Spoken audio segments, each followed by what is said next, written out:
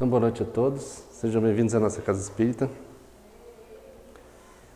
Nós vamos ter hoje aqui a atividade, a palestra, a reunião pública, onde nós vamos discorrer acerca de um tema. Hoje é um tema especial, normalmente nessa sala é o tema do Evangelho, mas hoje a gente tem um tema especial, quem tem medo da morte.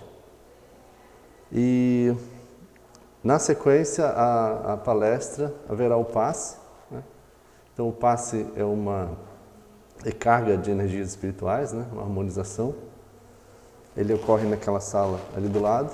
Então, terminada a palestra, a gente permanece aqui, eu vou colocar as musiquinhas de novo. Vocês esperem ser chamados, vocês vão para o passe, sentam lá na cadeirinha, aguardam o passe, O passe é feito com imposição de mãos, os médios.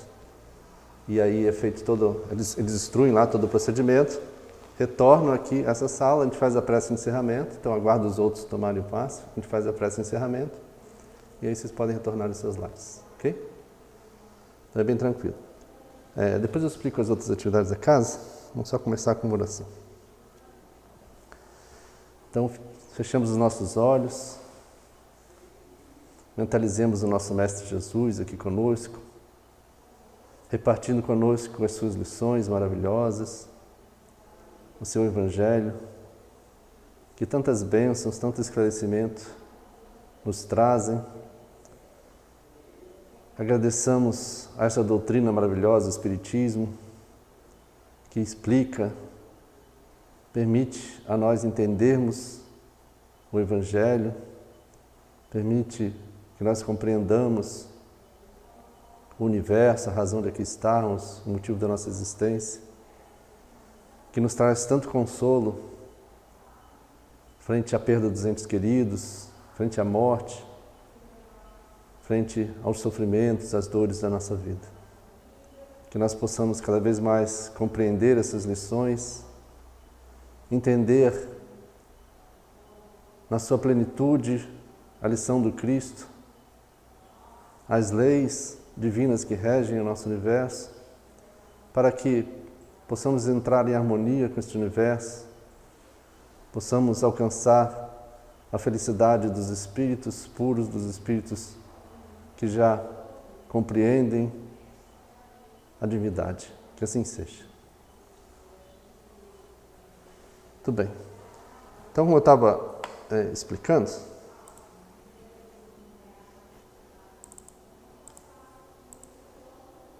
sim? Sim,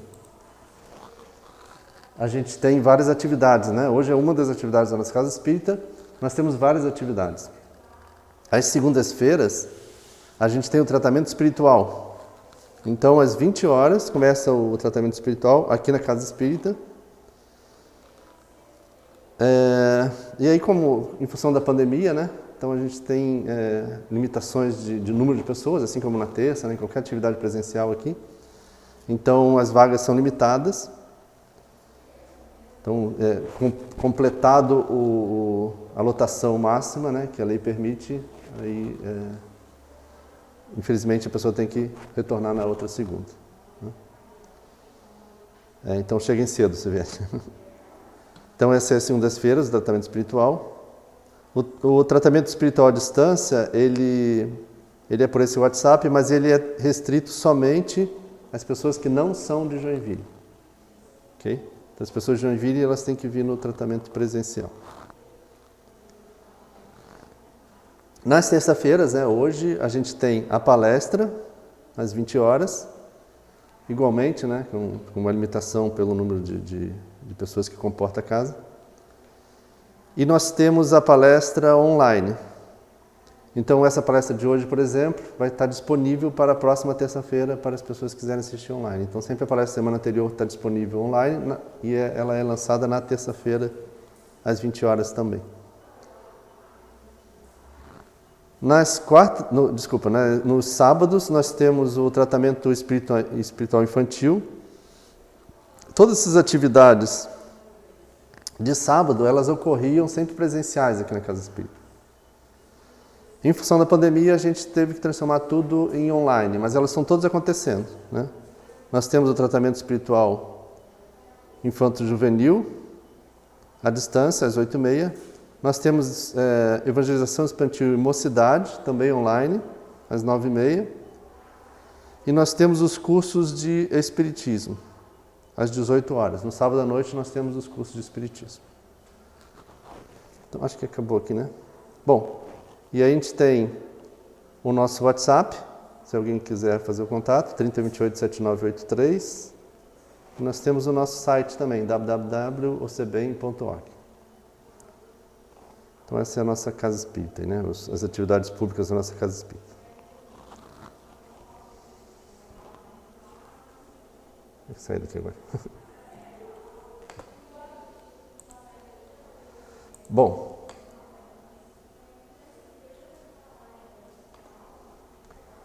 hoje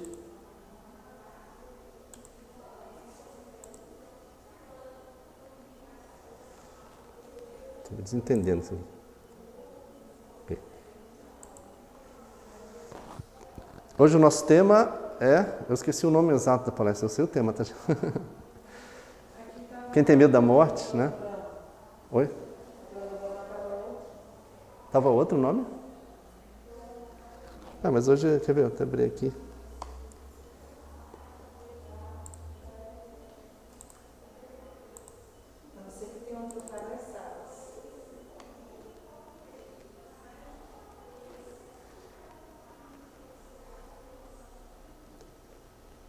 No dia 10 de novembro, é hoje, né? Como perder o medo da morte. Esse é o tema. Parece especial como perder o medo da morte.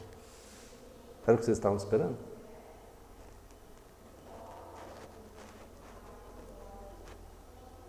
Ok? Então a gente vai falar como a gente perde o medo da morte. Então a primeira pergunta para vocês, ela é óbvia, né? Vocês têm medo da morte?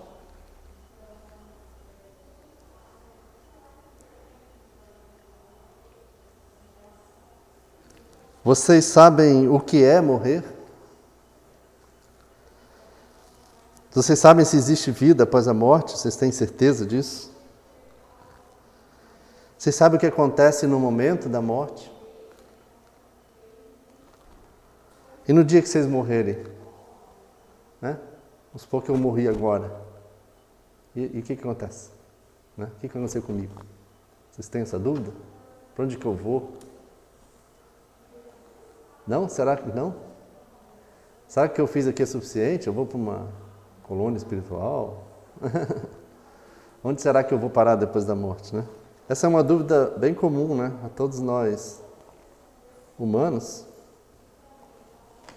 Felizmente o Espiritismo nos dá muitas respostas, né? Então muitos de vocês que já conhecem o Espiritismo aqui, vocês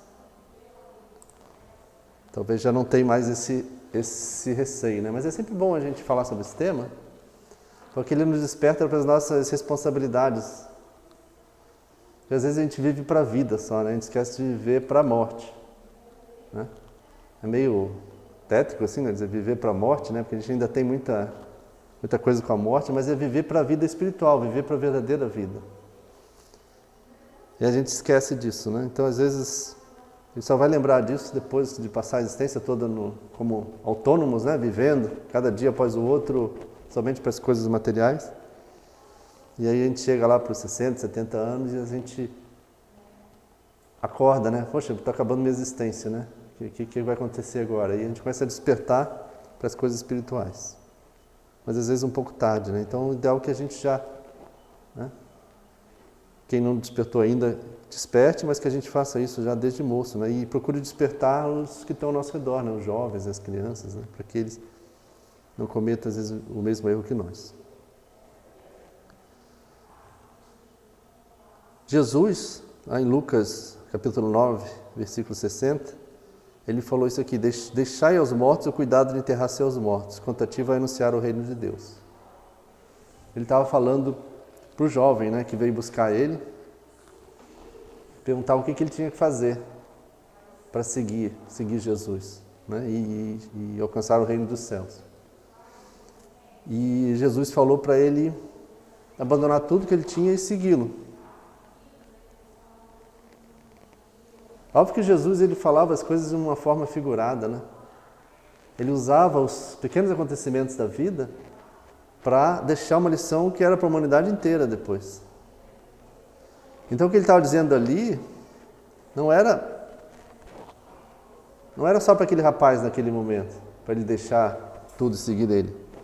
Era para nós abandonarmos o nosso apego à matéria e seguirmos o que realmente é importante na nossa vida.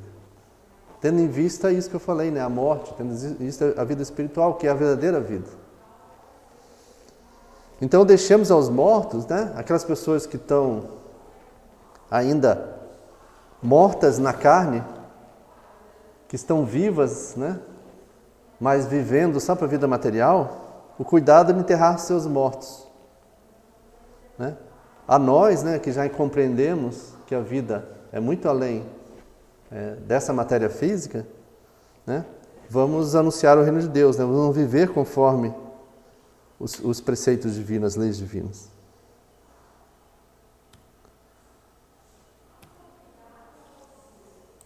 Estou brigando.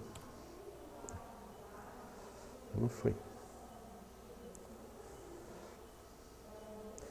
E daí a gente faz essas perguntas, né? Quem tem medo da morte, quer desencarnar, existe vida após a morte? Então vamos ver o que é desencarnar. Desencarnar é mudar de plano. É como alguém que se transferisse de uma cidade para outra, sem que o fato lhe altere as enfermidades ou as virtudes com a simples modificação dos aspectos exteriores. Acho que ele está... Preciso diminuir, né?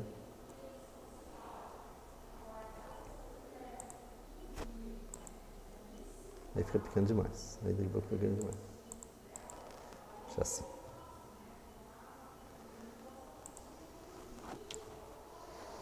Então, esse desencarne é apenas uma mudança de plano. Vocês imaginam que se alguém te encontrasse hoje e dissesse assim, olha, daqui a 10 anos tu vai mudar para Londres. E tu vai morar lá por um bom tempo. Não vai poder levar ninguém contigo. E talvez algumas pessoas vão para lá, talvez seu pai, sua mãe vão para lá antes de você, mas tu não pode fazer nada. Você vai chegar nessa data, você vai ter que mudar para Londres. O que a gente ia fazer? Né? Se desesperar, se revoltar? Tentar viver cada dia como se a gente não fosse mudar para Londres naquela data? Ou seria mais justo, né, melhor para a gente, que a gente procurasse entender o que tinha em Londres, que a gente já entrasse em contato com aquelas pessoas que moram em Londres, para entender como é que é a vida lá, para que a gente já se preparasse para aquela vida. É a mesma analogia com o mundo espiritual. Sendo que hoje, com a doutrina espírita, a gente tem até essa possibilidade, né, de entrar em contato com as pessoas que moram em Londres, né, ou as pessoas que moram no mundo espiritual, para a gente entender como é que é a vida. A gente já tem uma noção melhor do que é a vida espiritual.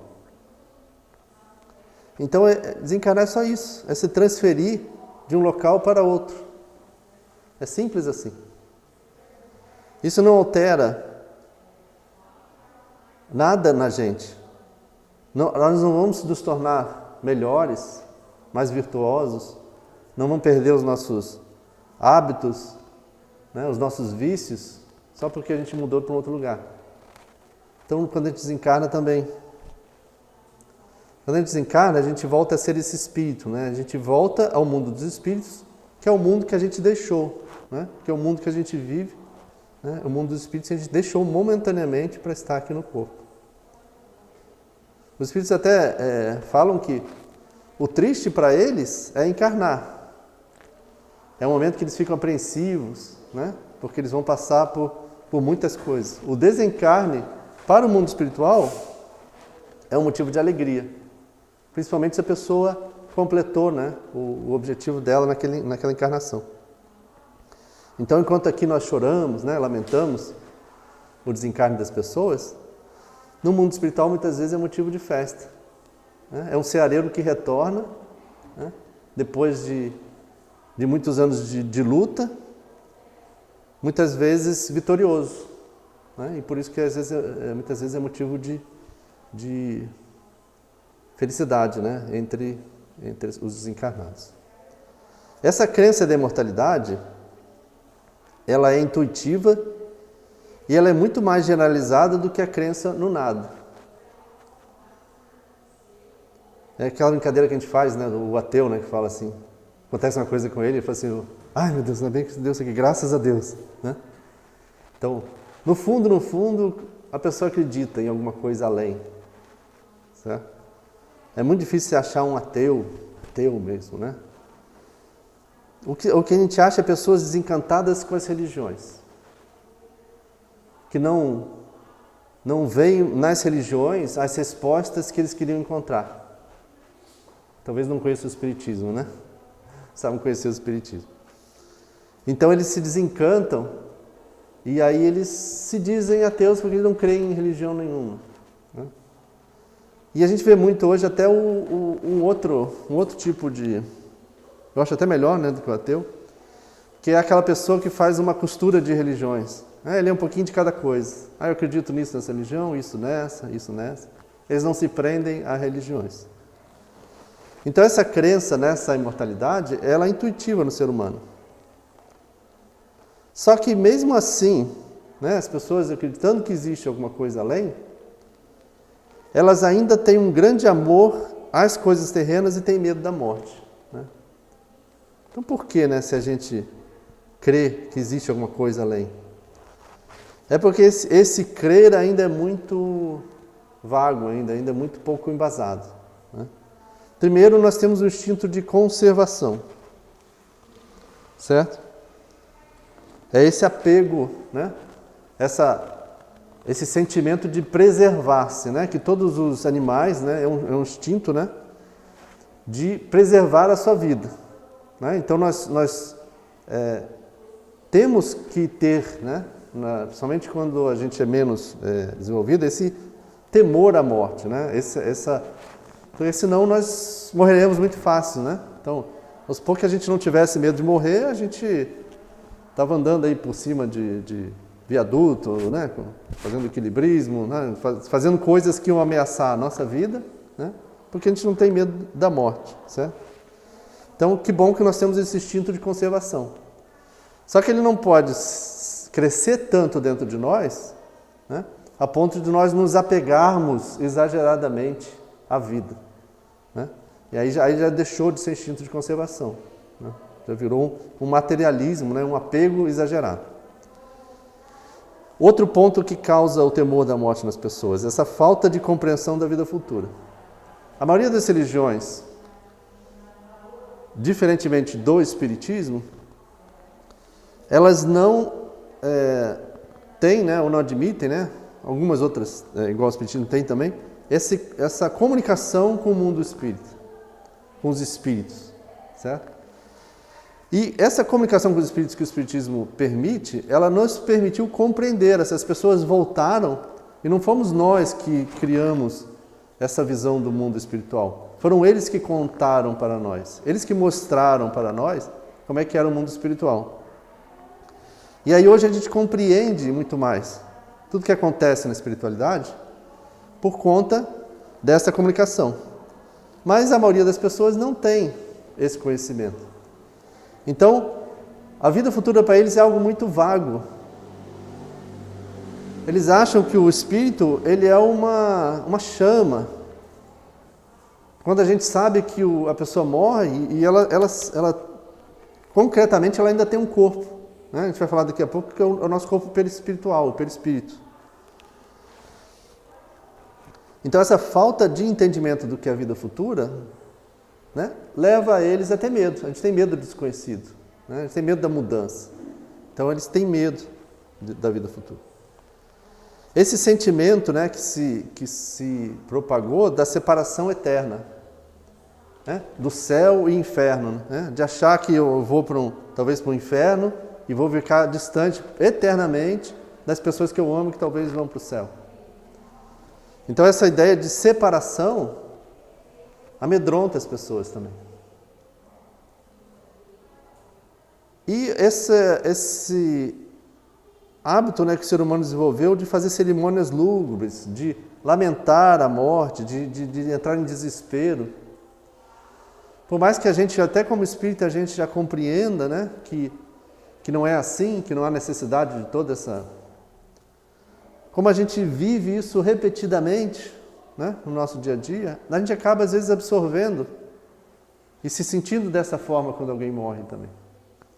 Esquecendo ali naquele instante, né, da vida futura, né, dessa confiança que nós temos que ter no nosso Pai, na justiça divina. E aí a gente entra também nesse pensamento de desespero, né, de lamentação pela morte de um ente querido.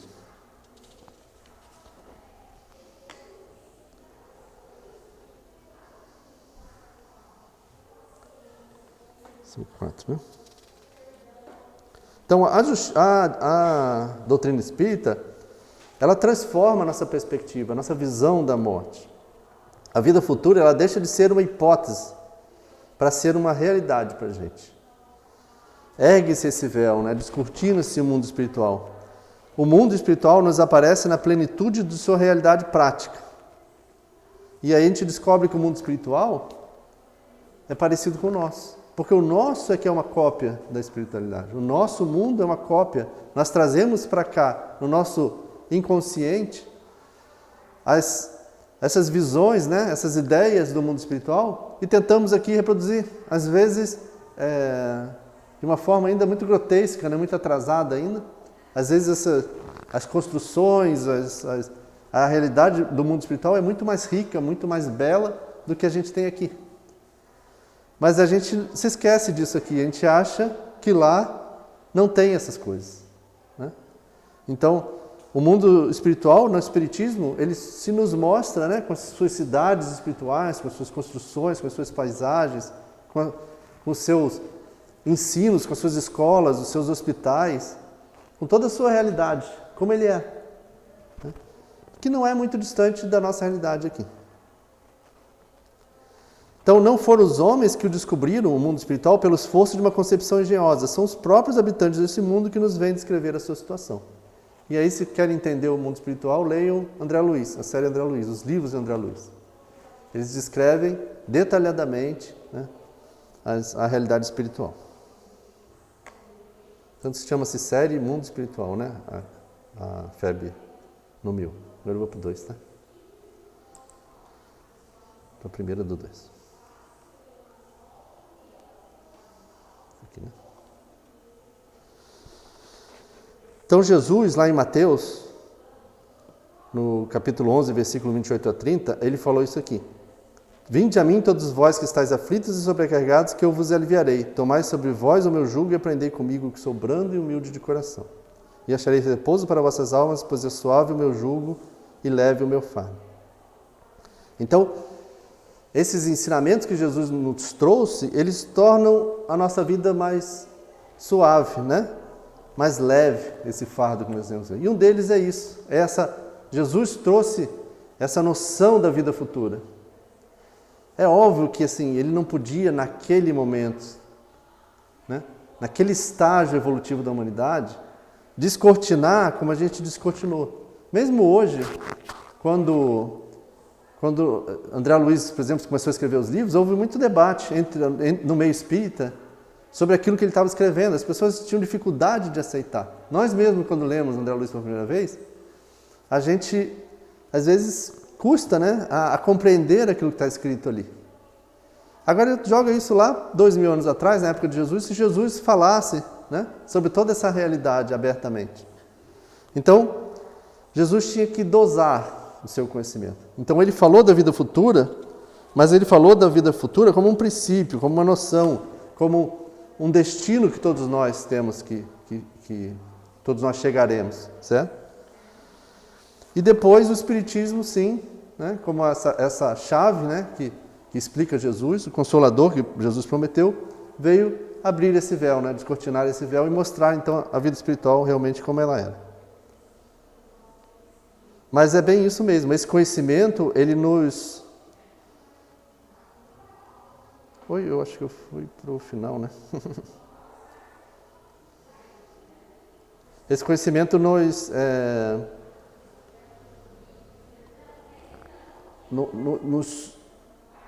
torna o viver mais suave, certo? Porque a gente deixa de ter esse desespero, essa apreensão, esse peso que é não saber o que será de nós amanhã, se nós morreremos amanhã, né? E o que será depois disso, se acabará a nossa vida e tal. E o que é o desencarne em si, né? Então, o que acontece no momento da morte? Né? Porque muitas pessoas também têm medo desse momento, o momento da morte, né? O momento que o espírito vai se libertar do corpo. Então, a desencarnação, segundo Manuel Filomeno de Miranda, é esse fenômeno de libertação do corpo somático por parte do espírito, que por sua vez se desimanta dos condicionamentos e atavismos materiais. Então, é esse desligamento, né, das coisas materiais. Para que a gente entenda isso, a gente precisa talvez entender um pouco como é que nós somos formados, certo? Então nós temos um corpo material, que é tangível para nós aqui encarnados, né? Que é esse corpo que todo mundo tem aqui, que pode tocar, pode sentir, que a gente interage, né, através dos sentidos com o ambiente ao nosso redor, né? A visão, né? A audição, o olfato, né? O tato, certo? Então nós interagimos com o mundo ao nosso redor através desse corpo. E nós temos uma alma que anima esse corpo, que é nada menos que o espírito encarnado. A gente chama de espírito quando ele está fora do corpo, mas quando está encarnado a gente chama de alma. Mas não é só isso, e aí entra, né, a novidade do espiritismo. Ele explica que nós temos algo mais. Nós temos uma coisa chamada perispírito, que é o envoltório do espírito. Então por que é importante a gente saber disso? Porque no dia que a gente se desligar do corpo, nós vamos desligar somente do corpo material. Nós permaneceremos com o corpo. Que corpo é esse? O perispírito. E o perispírito, a gente estando na espiritualidade, apesar de, para nós encarnados, a espiritualidade, né, ela não ser nem visível, né, ela não ser tangível, para o espírito, aquela realidade ela é tangível. Então aquele corpo perispiritual, que nós não vemos aqui quando encarnados, para quem já desencarnou, ele é tangível, ele é matéria também. Tanto é que a gente fala que esse corpo também é formado de matéria. Uma matéria mais quintessenciada, uma matéria que nós não conseguimos enxergar nessa dimensão, né? Com os nossos sentidos materiais, né? Porque a nossa visão é material, a nossa audição é material. Então essa matéria, esses sentidos que nós temos não captam esse mundo. Mas, por exemplo, nós temos médiuns videntes, que enxergam não com os olhos do corpo, com os olhos do espírito. Então o espírito consegue visualizar essa matéria que nós não vemos. Então existe um outro mundo paralelo coexistindo com o nosso, de uma outra matéria, mas ainda assim matéria. Porque o universo é formado só de 3 coisas: Deus, espírito e matéria. Deus não é nem espírito, nem matéria. Espírito não é Deus nem matéria, né? E matéria não é espírito nem Deus. São 3 coisas distintas. Então o perispírito, ele não é espírito, então ele é matéria. Então ainda é matéria. Ou seja, quando nós desencarnarmos, nós temos ainda um corpo. É como se nós fôssemos uma cebola, né, com várias cascas. Tiramos a casca externa, essa aqui, ó, material. Mas ainda existe uma outra casca, que é o nosso perispírito. E daí nós temos os mesmos sentimentos, as mesmas necessidades que tem um corpo. Né? Nós temos necessidades fisiológicas também no corpo espiritual. Né? Nós temos tato também. A sensação de quem morreu, por isso que muitos morrem e não acreditam. Eles não concebem que eles morreram, porque para eles estão vivos. Eles respiram, eles têm sono, né? Eles têm tudo o que nós temos. Aí ele fala, como é que eu morri? Eu não sou aquela chamazinha, né? Eu achei que fosse uma chamazinha. Eu não sou isso. Porque ele tinha uma ideia tão perfeita, tão incompleta do mundo espiritual, que ele achava isso. E não é. Nós continuamos tendo um corpo, nós continuamos tendo uma vida. E aí essa separação, né, desse corpo material para esse corpo espiritual, ela é dolorosa? Os espíritos dizem que não. Que a gente sofre muito mais na nossa vida do que no momento da morte. Porque no momento da morte está havendo desligamento. A dor no momento da morte, ela vai acontecer na explicação que está aqui embaixo, em Kardec, no céu e inferno. É na razão direta da soma dos pontos de contato existentes entre o corpo e o perispírito. Então, aquele espírito que, né, talvez por medo da morte, né, ou por algum outro motivo, ele está preso, né, na matéria, ele não quer largar a matéria, esse espírito vai ter dificuldade de se desvencilhar. E aí, naturalmente, ele vai sentir mais dor por conta disso. Então, vai ser um processo mais doloroso para ele. Nós que talvez já entendemos como é que se dá o processo da morte, né, a gente vai aceitar isso com mais naturalidade e aí talvez o nosso desencarne seja menos doloroso. Porque nós iremos favorecer o processo e não lutar contra ele. Certo? Então, é isso que traz a dor. Se nós, né, deixarmos fluir o acontecimento da morte em nós vamos perdendo os contatos. E a dor está no corpo físico. Então, à medida que a gente perde esse contato, a gente deixa de sentir dor. Então, o processo de morte não é um processo doloroso. Se a gente não se debater contra ele, se a gente não quiser continuar retido ao nosso corpo, aí vai ser um processo doloroso. O homem espiritualizado, ele, né, como a gente fala, ele é desmaterializado, ele não está ligado à matéria. Então, a morte para ele é que nem um sono breve. Né? Ele entra num sono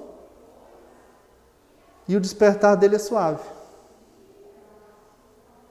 Eu vou contar para vocês a descrição que o meu pai deu. Meu pai morreu quando eu tinha 16 anos, que ele deu do desencarne dele.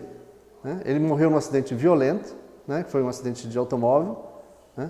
Ele estava numa estrada, bateu de frente com um caminhão. Morreu instantaneamente. Ele disse que ele se sentiu arremessado, né, o espírito dele narrando, né, através de uma comunicação mediúnica, né, se sentiu arremessado para fora do corpo. E aí ele não sabe o que aconteceu, assim, ele perdeu a consciência, o tal do sono, né, que alguns é uma perturbação maior, para outros é um sono. Quando ele deu conta de si, não sabe quanto tempo depois, ele estava abraçado com a minha avó, que era a mãe dele. Ela estava abraçada com ele. Então, essa foi a descrição dele da morte, né? Que bate com as descrições que a gente vê, né? Então, eu vou pular aqui. Aqui, ó. Vou para esse aqui. Todos os espíritos afirmam, né? E as descrições dos espíritos são todas bem parecidas nesses aspectos, nesses 5 aspectos aqui, ó. Todos mantêm a forma humana.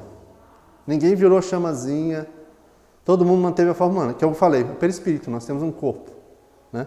Então, todos mantêm a forma humana. Todos ignoraram que estavam mortos. Porque a sensação deles era de vida. Então, eles ignoraram que eles estavam mortos. Então, todos tiveram dificuldade de aceitar que eles já tinham desencarnado. Todos passaram por uma prova de reminiscência sintética de toda a existência. Isso a gente já viu bastante, né, naqueles casos de quase morte, né? Que as pessoas quase morreram e depois voltam. E o que elas contam? Que passou toda a vida delas na cabeça. Num avalanche, assim, né, ele relembra toda a vida, né, como se fosse um filme passando muito rápido. Vem todas aquelas memórias, assim, muito rapidamente. Então, todos os espíritos relatam que isso acontece. Terem sido acolhidos no mundo espiritual por espíritos amigos e familiares. Todos eles falam. Se não é no momento da morte, se a pessoa ficou ainda em perturbação por muito tempo, quando passa aquela perturbação, ele vai ter alguém para acolher ele. E todos falam que se acharam no meio espiritual. ok? Que não era mais esse meio terreno, e não era nenhuma outra coisa diferente. Então é bem coerente, né? Tudo que eles falam, né? Vocês podem ler várias comunicações mediúnicas. Essa meu pai bate exatamente com isso aqui também, né? Então, aqui a 6. Então essa reminiscência, né, é uma visão que se desenrola diante de nós num rápido instante, mas que até nos oprime, né, pelo volume e nos impressiona pela sua intensidade. É como se abrisse uma comporta, né? Porque quando nós estamos encarnados, nós não temos acesso à nossa memória espiritual, mas ela está lá. Cada momento da nossa vida, cada instante, está gravado na nossa memória. Nós não esquecemos tudo. Quem esquece, quem ofusca isso é o nosso corpo físico, é a matéria. Então nós não conseguimos, o nosso corpo espiritual não consegue retransmitir a matéria, todo o que ele está arquivando, mas está tudo arquivado. E aí no momento da morte, então quando você desliga a matéria, tudo isso vem. Né? Aquilo que estava preso, vem então para o nosso pensamento. Né? Então é isso que vem num volume, né? E uma intensidade que abala, né? Que nos deixa assim perplexos. Quase sempre vemos tais quais fomos do berço ao túmulo. E normalmente nessa hora a gente se vê, né? Sem subterfúgios, né? A gente se vê realmente como a gente é realmente, né? Oi, pulou demais. Aí a próxima aqui. E essa alma, deixando o corpo, ela tem imediata consciência de si mesma? Não. Ela passa por um estado de perturbação.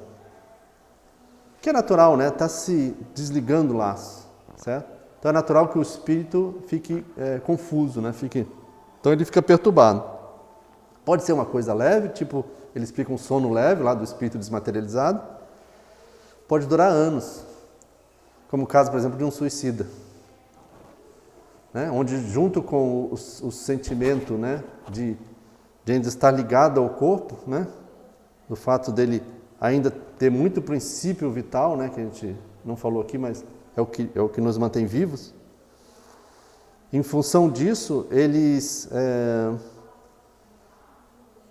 às vezes ficam anos ainda ligados ao corpo, né? E aí com todo o processo também emocional, né, que está envolvido naquele ato de tirar a própria vida. Então essa perturbação pode durar anos. Tá? E muitas vezes é necessário até, sabe? Porque a pessoa precisa expurgar aquilo, entendeu? Então aquilo no final acaba sendo bom para a pessoa, né? É uma limpeza, né? Para que eles se apronte, né, para o mundo espiritual. Eu vou pular agora para o 6 agora.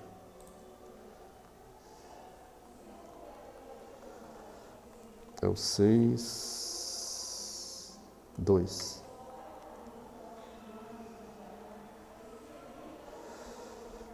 Então o que a gente falou, né? O espiritismo, a vida futura para a gente não é mais um ponto de fé. Né? Você tem que acreditar nisso porque, né, alguém disse, né, que é assim.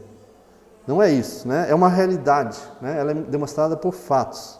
Né? As testemunhas oculares vêm descrevê-la, né, em todos os seus detalhes. Então não há mais dúvidas para a gente. Isso tem consequências.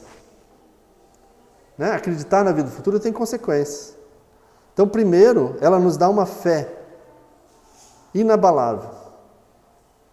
Pode acontecer o que for na nossa vida. Se a gente acredita na vida futura, a gente mantém essa fé. E essa fé tem enormes consequências sobre a moralização nossa. Né? Sobre o nosso melhoria íntima, a nossa reforma íntima. Né? Os reveses e as amarguras da nossa vida, eles tomam outra dimensão. Né? Então deixaram de ser aqueles monstros, né? Aquelas coisas enormes, e passaram a ser pequenos incidentes no trajeto. Né? E a gente recebe eles com paciência, porque a gente sabe que eles são de curta duração e vão ser seguidos por uma condição mais feliz. Então a morte para a gente não tem mais nada de assustador. Não é mais a porta do nada, mas a da libertação. Ela abre para nós a entrada de uma morada de felicidade e de paz. Eu tinha até mais assuntos aqui, não estava no final. Não, então acho que dá para. Bom, vou falar um aqui rapidinho. Não tá na apresentação, não. É um texto que eu vou colocar aqui. Só para a gente encerrar, eu queria passar para vocês esse texto do velório ideal. Então a gente viu sobre a morte e tal, então agora vamos pensar um pouco também como é que a gente se comporta, né? Não a gente está falando até agora da nossa morte, né? Mas a morte das pessoas próximas a gente. Então, como é que é o nome dele? O Richard Simonetti, né, no livro Quem Tem Medo da Morte, ele conta como é que era o velório de um companheiro da doutrina, né, que ele presenciou. E aí, aqui acho que tem muitas lições para a gente, como a gente deve se portar num velório, como é que a gente deve encarar a morte. Então, os familiares, espíritas também, perfeitamente conscientes dos problemas relacionados com o desligamento, ofereceram-lhe inestimável apoio e edificante exemplo de equilíbrio e compostura que sensibilizou muita gente. Então não havia desespero, né? As pessoas estavam ali tranquilas, né? Confiantes, né? Na providência divina, na justiça divina. Não havia nenhum aparato fúnebre, apenas flores, muitas flores e música suave convidando à meditação. A viúva e os filhos recebiam as condolências com serenidade, vertendo lágrimas discretas, amenizando o trânsito da amargura com uma perfeita conformação aos desígnios divinos. Pedia-se silêncio e oração. Então não é que as pessoas não estavam tristes, né? É um momento de separação. Né? É uma coisa que você não esperava, certo? Então elas estavam ali tristes, certo? Mas conformados, né? Compreendendo, né? Aquele momento, né? Por 2 ou 3 vezes, no desdobramento das horas, eram lidos em voz pausada textos espíritas relacionados com a morte, destacando a situação do espírito ainda ligado ao corpo, alertando os presentes de suas responsabilidades diante de alguém que, no limiar da vida espiritual, ave prestes a deixar a gaiola que a aprisiona, tem as asas ainda frágeis e compreensíveis inibições, problemas que podem ser agravados ou minimizados pelos circunstantes. Então a gente tem que compreender que ali tem um espírito que está num momento fragilizado da vida dele. E aí nós temos que nos portar de uma forma que favoreça essa pessoa, né? Ao seu desligamento, né? A sua paz, né? Porque é o que ele está buscando ali. Então, antes de encerrar da UNA, alguém falou sobre o significado da morte. Né? Havia a sensação de perda, a atmosfera de tristeza, saudade, mas na dimensão espiritual, a alegria de familiares e amigos antecipando o reencontro feliz. Bom, aí termina mais aqui, mas a gente está com tempo curto, né?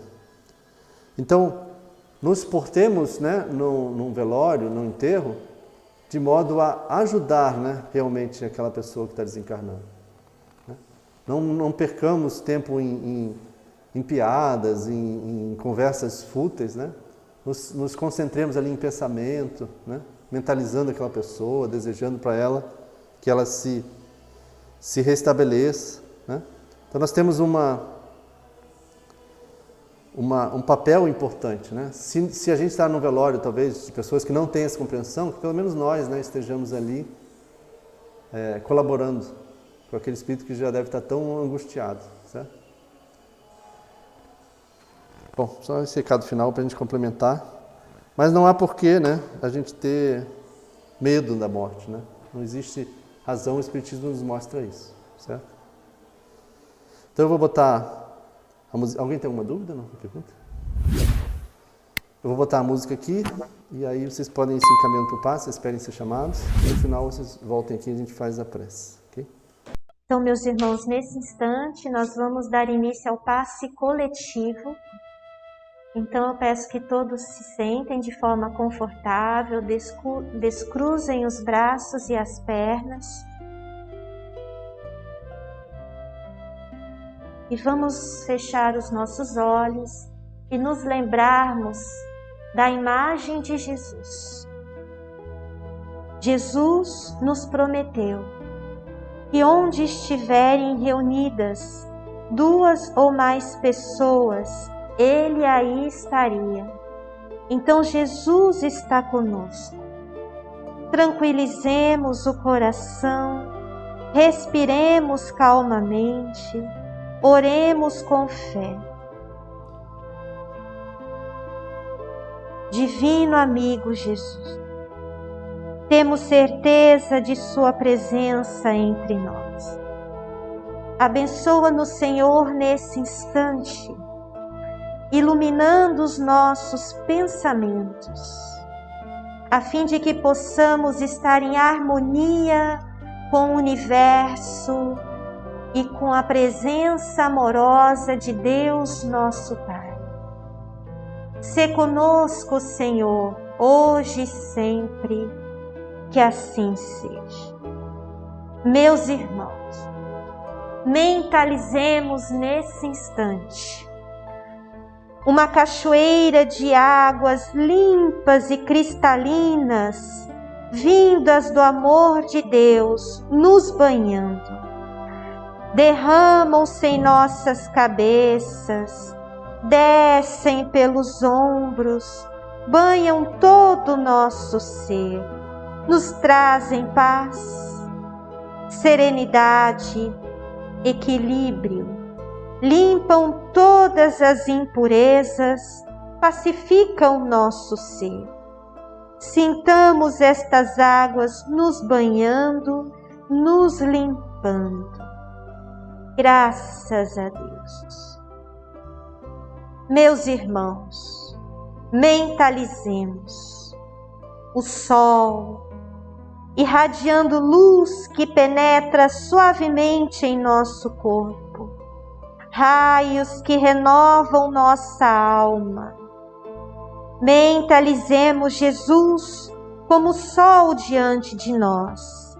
Sua luz, seu calor nos envolvem.